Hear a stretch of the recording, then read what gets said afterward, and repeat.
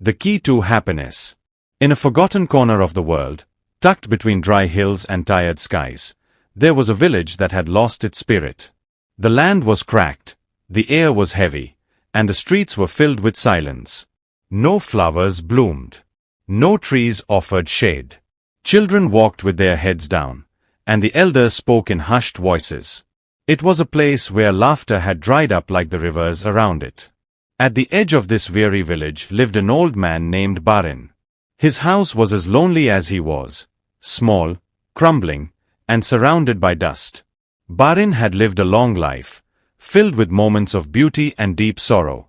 He had once been a father, a husband, a man of joy. But time had taken from him what he loved most. His wife had passed many years ago, and his only son had left in search of a better life, never to return. Since then, Barin had lived in quiet routine, carving out his days in silence. Every morning, he would sit on a creaky wooden chair just outside his door, watching the wind carry dust across the empty road. People would walk by, nod politely, and continue on. Nobody stayed. Nobody talked. He had become part of the scenery, a ghost that still breathed. One day, as the sun sunk low and turned the world golden orange, a young boy passed by Barin's house. He stopped, stared at the old man for a moment, and then, in a voice that was both innocent and bold, asked, "Old man, why do you always look so sad?" Barin didn't answer. He simply blinked, looked away, and let the wine speak for him. The boy waited for a moment, then shrugged and walked on. That night, Barin could not sleep. He tossed and turned, his mind full of dust and memories. The child's question echoed in the quiet of his room. "Why are you always so sad?" It wasn't the first time someone had asked him, but it was the first time he truly heard it. Before the sky could turn blue again, Barin got out of bed, his joints aching, his heart strangely awake. He walked to an old wooden box he hadn't opened in years. Inside, beneath folded cloth and faded photographs, was a small cloth pouch. Inside the pouch, a single seed. It was a round, dry, unimpressive seed, light brown, hard as stone. But it was precious to him. It was the last gift his son had given him before leaving. One day, his son had said, "You'll plant this. And when it grows, think of me." Barin had never planted it. Not out of forgetfulness, but fear. Planting it meant hope.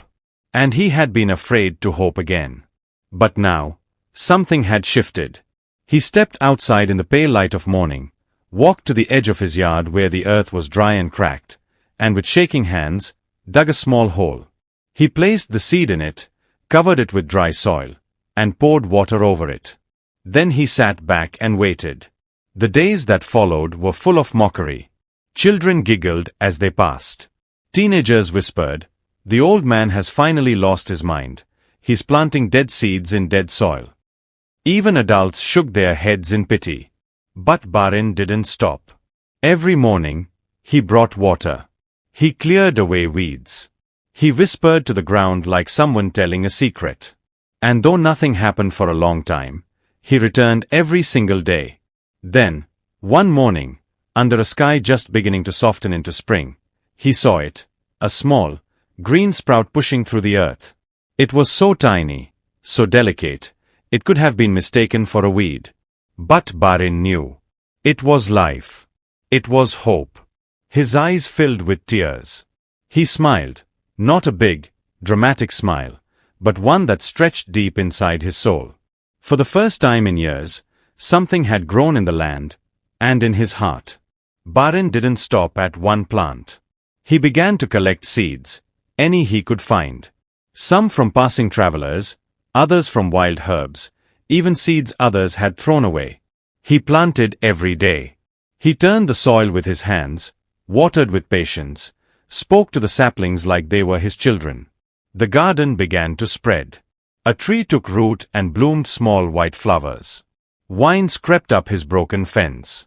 A patch of purple blossoms appeared where a pile of garbage had once been. Birds began to return, first just one or two, then more. Their songs brought music to a village that had forgotten sound. Butterflies fluttered through the air, and even the wind seemed softer. Children started to come near, curious. They watched Barin work, and eventually, a few of them began helping, carrying water, digging holes, asking questions. Their laughter returned. Adults, too, began visiting his garden. Some brought seeds of their own. Others simply sat on the bench he built beneath the shade of a blooming tree, just to feel the peace that seemed to live there. The once empty land around Barin's cottage became the village's heart. The garden grew into a place of rest, joy, and healing. People began to say, "If you are sad, visit Barin's garden. It reminds you of what matters." Barin never asked for anything. He didn't speak much, but his eyes glowed with quiet light. And when people asked him how he did it, how he turned dust into beauty, he would only say, "Happiness doesn't come from the sky. You plant it. Like this." Years passed, and Barin grew older. Slower. He began to stay in bed longer. His breath grew short. The village grew silent again, not from sadness, but from love. Everyone knew his time was near. On his final day, the child who had once asked him that question so long ago, now nearly a man, sat by his side. Barin held his hand and gave him a small cloth pouch. "More seeds?" the young man asked. Barin nodded. "Plant them. Wherever you go. For yourself, and for others." That night, Barin passed away, peaceful and smiling. The villagers built a statue in the center of the garden. It showed Barin holding a seed in one hand and resting the other on the earth. Around him bloomed the flowers and trees he had planted.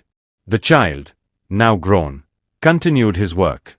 He planted more gardens, taught others how to care for the earth, how to be patient, how to give without expecting. And wherever he went, people said, "Happiness grows where love is planted." Barin had never gone searching for happiness. He made it, with his bare hands, his aching heart, and his endless hope. And because of him, a whole village learned this simple truth. You don't find happiness. You grow it. Vocabulary list with examples. 1. Crumbling, adjective. Breaking or falling apart due to age or neglect. Example. He lived in a crumbling cottage surrounded by dust and silence. 2. Faded, adjective.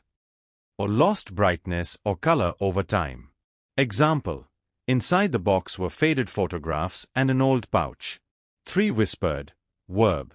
Spoke in a very quiet voice. Example. He whispered to the soil like someone telling a secret. 4. Routine, noun. Regular, unchanging way of doing things. Example. Barin's routine was quiet and lonely. Wake, sit, sleep. 5. Innocent, adjective. Free from guilt or wrongdoing, pure. Example. The child asked an innocent question that stayed in Barin's heart.